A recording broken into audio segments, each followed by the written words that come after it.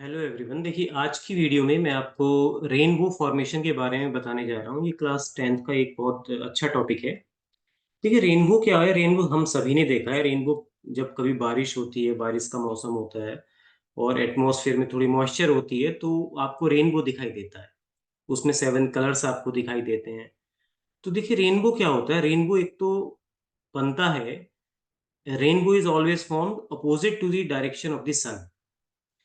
जैसे कि आप सामने रेनबो को देख रहे हैं, तो इसमें सन आपके कहीं पीछे है, तो पीछे से लाइट आ रही है। देखिए, हमको कोई भी ऑब्जेक्ट कब दिखाई देता है कि ऑब्जेक्ट पे लाइट पड़ती है और रिफ्लेक्ट होके वापस आपके आईज पे आती है, तो हम चीजों को देख पाते हैं, चीजें हमें विजिबल हो जाती हैं। इसमें देखिए क्या, ये सनलाइट है। सनलाइट में 7 कलर्स होते हैं। तो इस जैसे ही यहाँ ये नॉर्मल है, आप देख रहे हैं ये नॉर्मल है। पॉइंट ए पे बाहर एयर से लाइट वाटर ड्रॉपलेट में जाती है। जो आप देख रहे हैं स्पेरिकल शेप का, ये एक वाटर ड्रॉपलेट हमने लिया है। तो एयर से लाइट जैसे ही वाटर ड्रॉपलेट में एंटर करती है तो रिफ्रैक्शन होता है। रिफ्रैक्शन के साथ साथ यहाँ पे डिस्पर्जन भी होता है। Dispersion means the splitting of white light into 7 colour. 7 colour कौन कौन से होते हैं? वो violet, indigo, blue, green, yellow, orange and red. तो यहाँ पे हमें दो ही कलर्स दिखाए हैं, रेड एंड वॉयलेट। ठीक है, क्योंकि वॉयलेट का वेवलेंथ सबसे कम होता है और रेड का वेवलेंथ सबसे ज्यादा होता है। तो पॉइंट ए पे क्या हुआ? रिफ्रैक्शन भी और रिफ्रैक्शन हुआ और डिस्पर्जन हुआ। अब आप देखिए ये क्या है कि जो लाइट रे जा रही है, ये जा रही है रेयर से डेंसर मीडियम में। जब कोई लाइट रे डेंसर से रेयर मीडियम में जाती है तो क्या होता है? It bends towards the normal. तो ये नॉर्मल आप देख रहे हैं, इसकी तरफ ये बेंड होनी चाहिए। अब बेंड, देखिए अलग अलग कलर हैं तो इनका अलग अलग रिफ्रैक्टिव इंडेक्स होगा। रिफ्रैक्टिव इंडेक्स और wavelength they are inversely proportional. तो रेड कलर का वेवलेंथ ज्यादा होता है, इसलिए इसका रिफ्रैक्टिव इंडेक्स कम होगा। वॉयलेट कलर का वेवलेंथ क्या होता है? कम होता है, इसलिए इसका रिफ्रैक्टिव इंडेक्स ज्यादा होगा। तो जब ये लाइट आएगी यहाँ पे वाटर ड्रॉपलेट के अंदर एंटर करेगी और स्प्लिटिंग होगी 7 कलर्स में, तो क्योंकि वॉयलेट कलर की जो लाइट है उसके लिए रिफ्रैक्टिव इंडेक्स मैक्सिमम होगा, तो वो रेयर टू डेंसर वाली कंडीशन मैक्सिमम फॉलो करेगी, तो इसलिए ज्यादा बेंड होगी towards the normal as compare to red light. You can see red light bend हो रही है बट वो थोड़ा सा कम बेंड हो रही है। ये स्टेट डायरेक्शन है ये वाली, बट इससे देखिए नॉर्मल, ये स्टेट डायरेक्शन है इंसिडेंट लाइट का, उससे थोड़ा सा बेंड हुई है टुवर्ड्स दी नॉर्मल, जबकि वॉयलेट लाइट ज्यादा बेंड हुई है। अब यहाँ पे लाइट आ जाती है, देखिए इस सरफेस पे लाइट बी, बी पॉइंट पे नाम दिया है। रेड लाइट भी आ जाती है बी पॉइंट पे और वॉयलेट लाइट भी आ जाती है बी पॉइंट पे।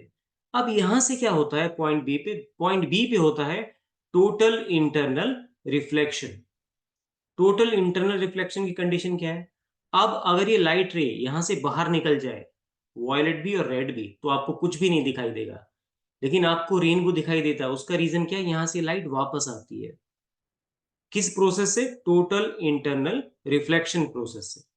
तो उसकी दो कंडीशन होती है पॉइंट बी पे। वो कौन कौन सी कंडीशन होती है? एक तो डेंसर टू रेयर मीडियम वाली कंडीशन होती है टीआईआर के लिए। दूसरी कंडीशन होती है जो एंगल ऑफ इंसिडेंस है वो क्रिटिकल एंगल से ज्यादा होना चाहिए, तो टोटल इंटरनल रिफ्लेक्शन हो जाता है। तो पॉइंट बी पे रेड लाइट वापस आ जाती है, यहाँ पे स्ट्राइक करती है। इसको मैंने पॉइंट सी नाम दिया है। इसी तरीके से वॉयलाइट यहाँ से रिफ्लेक्ट होके अब वापस आती है पॉइंट सी पे। अब ये नॉर्मल है। अब यहाँ पे वॉयलेट लाइट भी आई है और रेड लाइट भी आई है। इनके बीच में और भी लाइट्स होंगी, और भी कलर्स की लाइट्स होंगी जो हमने यहाँ पे नहीं दिखाई है।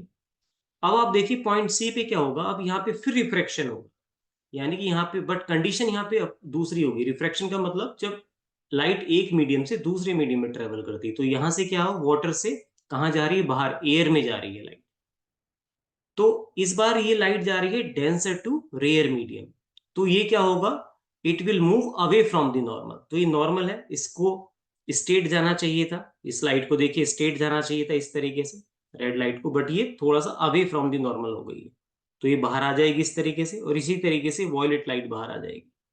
और यहाँ पे व्यूअर होगा, ऑब्जर्वर होगा, यहाँ पे उसको ये रेनबो दिखाई देगा। और भी कलर्स आएंगे और इसी तरीके से they will move away from the normals.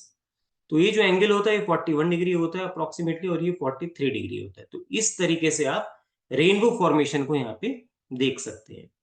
तो बेसिकली इसमें तीन फिनोमेना होती हैं, तीन प्रोसेस होती हैं। एक डिस्पर्जन होता है, एक टोटल इंटरनल रिफ्लेक्शन होता है, और एक रिफ्रैक्शन होता है।